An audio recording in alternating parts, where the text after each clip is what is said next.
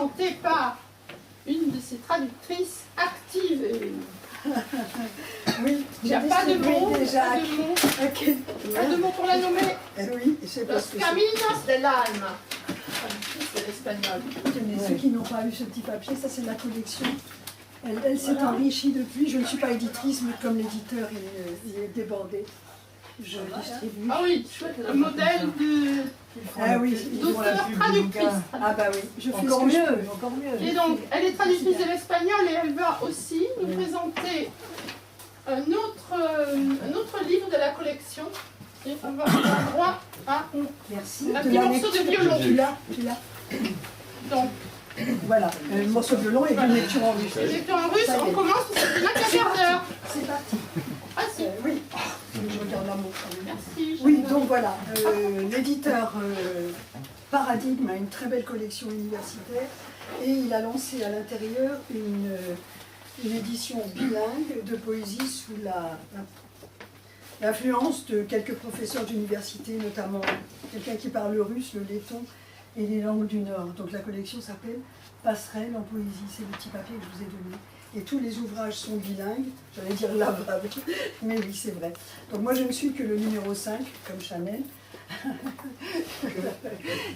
J'ai proposé une anthologie de poètes espagnols, et je vais vous en dire 2 mots avant de lire, parce que c'est une génération qui porte le nom de 27 en Espagne, 1927, qui est très peu connue en France, sauf des hispanistes. Et c'est la génération dite de Lorca, mais pas seulement, mais il a été aussi à l'origine avec Alberti, Salinas, Bergamin. C'est une culture espagnole de surréalistes, très peu connue en France. Voilà. Quand je la présente, généralement, je dis la génération de Lorca. Ce sont des gens qui ont apporté un vent nouveau, un peu comme en France, Apollinaire, sur les traces de Mallarmé, Apollinaire, Éluard, Aragon. Ils ont au moins cette valeur-là dans le monde entier, pour les gens qui connaissent l'Espagne, autant que Neruda. Voilà, c'est vraiment immense, immense.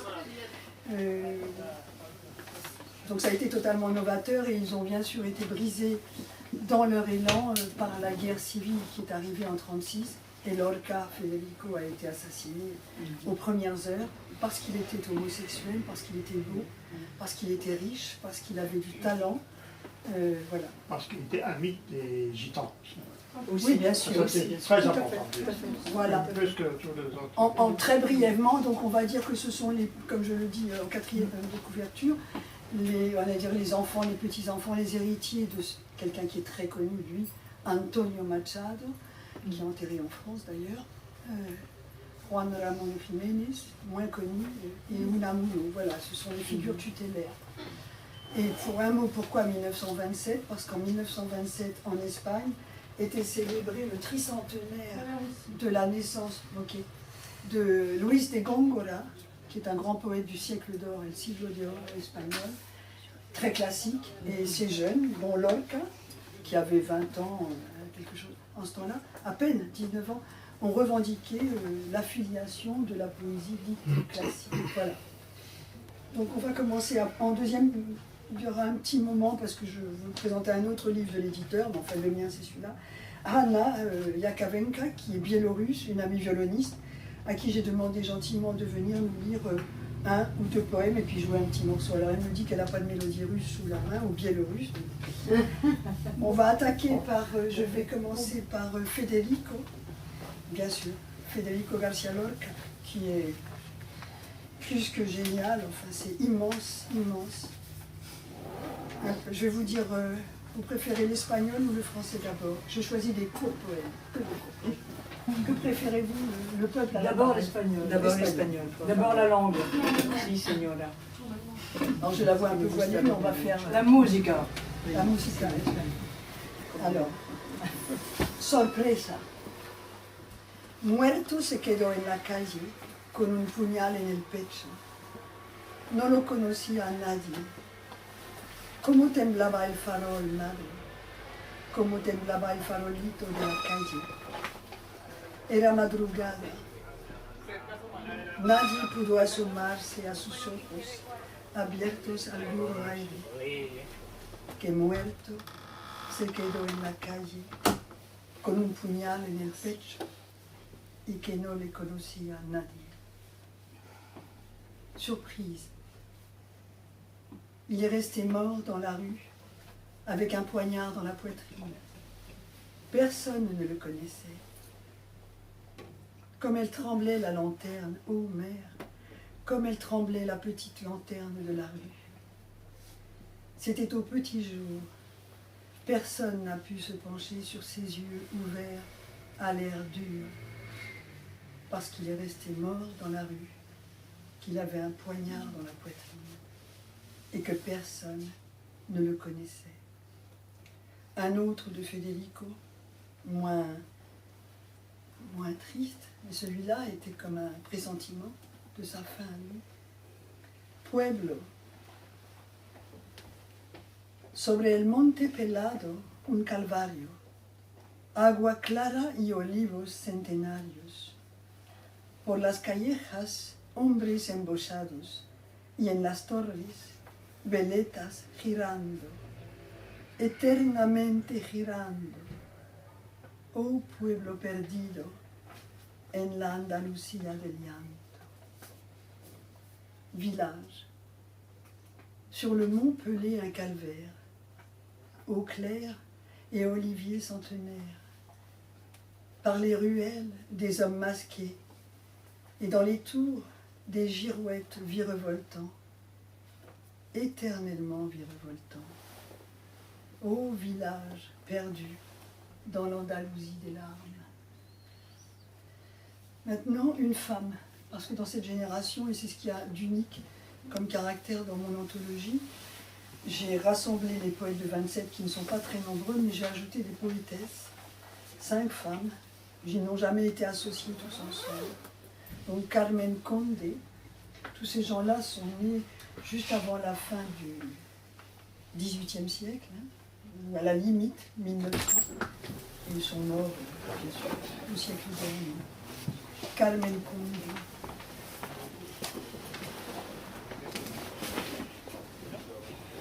En la tierra de nadie, qui veut dire sur la terre de personne, c'est sur l'exil.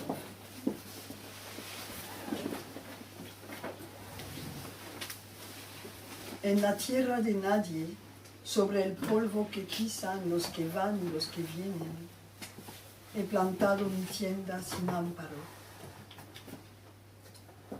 Si?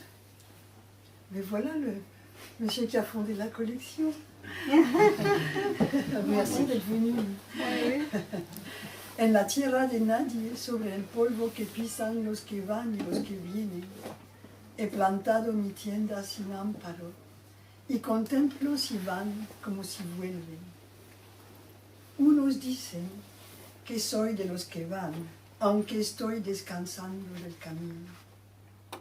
Otros saben que vuelvo, aunque me calle. Y mi ruta más cierta, yo no digo.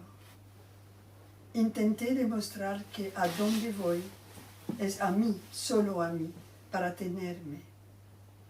Y sonríen al oír, porque ellos, todos, son la gente que va, pero que vuelve. Escúchame. Ya no me importan los caminos de aquí que tanto valen, porque anduve una vez. Ya me he parado para hincarme en la tierra que es de nadie. Carmen Conde. Sur la terre de personne. Sur la terre de personne, dans la poussière que foulent ceux qui vont et ceux qui viennent, j'ai planté ma tente, sans aide, et je regarde s'ils s'en vont comme ils reviennent. Les uns disent que je suis de celles qui s'en vont, bien que je me repose encore du chemin. D'autres savent que je reviens, bien que je me taise. Et ma route bien certaine, moi je n'en parle pas. J'ai essayé de leur démontrer que là où je vais, c'est à moi, seulement à moi, pour m'y tenir. Et à l'écoute, ils sourient, parce que tous sont les gens qui s'en vont, mais qui reviennent. Écoutez-moi une fois. Que m'importent désormais les chemins d'ici qui valent tant. Parce qu'une fois j'ai marché, là je me suis arrêtée pour me fixer dans la terre qui n'est de personne. Je ne vais pas continuer à lire en espagnol parce qu'on n'aura pas assez de temps peut-être, hein? Je crois. Maintenant, de Geraldo Diego, Angélus. Angélus. C'est difficile d'aller vite comme ça, quand on est dans la poésie. C'est vrai, parce qu'on entre comme dans une cathédrale. Un poème qui est court et qui est dédié à Antonio Machado.